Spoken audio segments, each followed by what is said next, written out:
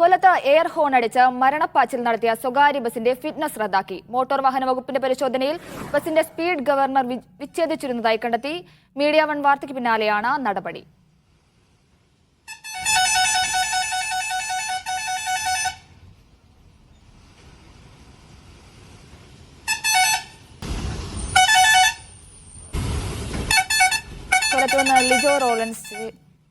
കൊല്ലത്തുനിന്ന് Lijo Rollins ചേരുന്നു.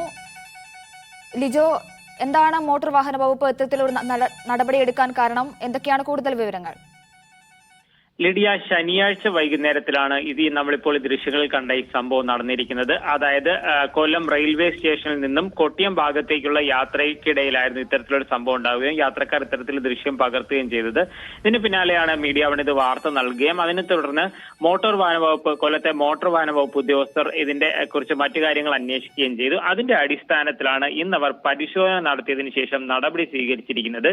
ശക്തികുളങ്ങര സ്വദേശിയുടെ ഉടമസ്ഥതയിലുള്ളതാണ് ഈ ബസ് എന്നുള്ളതാണ് നമുക്ക് ലഭിക്കുന്ന വിവരം. KL02AY 0524 എന്നുള്ള ഈ ബസ് ശക്തികുളങ്ങര സ്വദേശിയുടെ ഉടമസ്ഥതയിലുള്ളതാണ്. ഈ എയർഹോൺ, അതായത് നിരോധിച്ച എയർഹോണാണ്, നിരോധിച്ചിട്ടുള്ളതാണ് രാജ്യത്ത് എയർഹോൺ ഉപയോഗിക്കുന്നത്.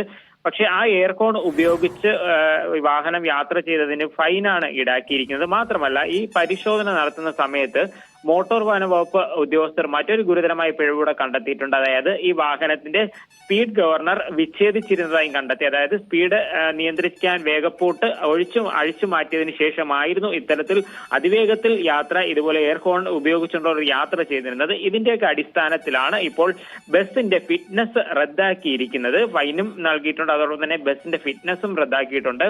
ഈ ഇപ്പോൾ കണ്ടെത്തിയിരിക്കുന്ന ഈ കുറ്റങ്ങളെല്ലാം തന്നെ അതിന്റെ ആ പോരായ്മകളെല്ലാം മാറ്റി തുടർ നടപടികളെല്ലാം സ്വീകരിച്ച് അടുത്ത് വീണ്ടും അപേക്ഷിച്ചാൽ മാത്രമായിരിക്കും വീണ്ടും നിരത്തിലിറങ്ങി ഓടുന്നതിനുള്ള ഒരു അനുവാദം ഈ ബസിന് നൽകുക എന്നുള്ളതാണ് കൊല്ലത്തെ മോട്ടോർ വാഹന ഉദ്യോഗസ്ഥരിൽ നിന്ന് നമുക്ക് മനസ്സിലാക്കാനായി കഴിയുന്നത്. മീഡിയ വൺ ഈ വാർത്ത നൽകിയതിന് പിന്നാലെയാണ് ഇത്തരത്തിലൊരു നടപടിയിലേക്കും കടന്നിരിക്കുന്നത്.